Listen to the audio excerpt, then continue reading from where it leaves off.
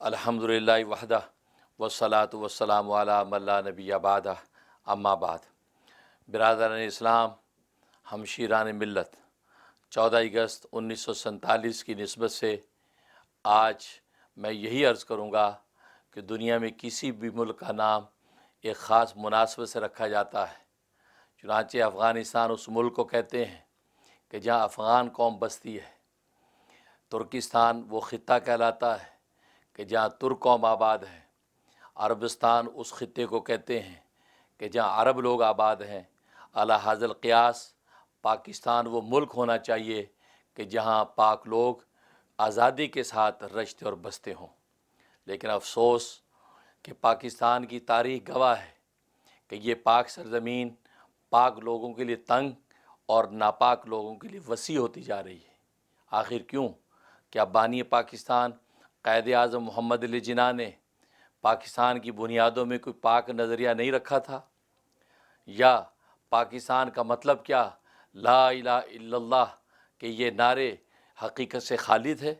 نہیں، ہرگز نہیں، بلکہ خود قائد اعظم نے نومبر 1939 میں عید الفطر کے موقع پر مسلمانوں کو یہ پیغام دیا تھا کہ اے مسلمانوں، ہمارا پروگرام قرآن کریم کے اندر موجود ہے اور ہر مسلمان پر لازم ہے کہ وہ قرآن کریم کو غور سے پڑھے، اور قرآنی پروگرام کے ہوتے ہوئے مسلم لیگ مسلمانوں کو کوئی دوسرا پروگرام پیش نہیں کر سکتی۔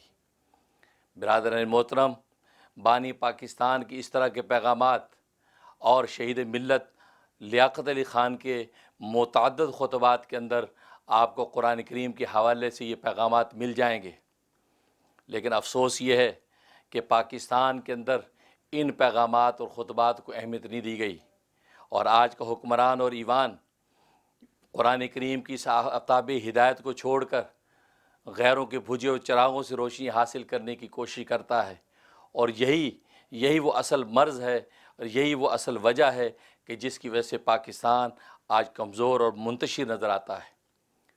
لیکن برادران محترم، ابھی بھی کچھ بگڑا نہیں ہے۔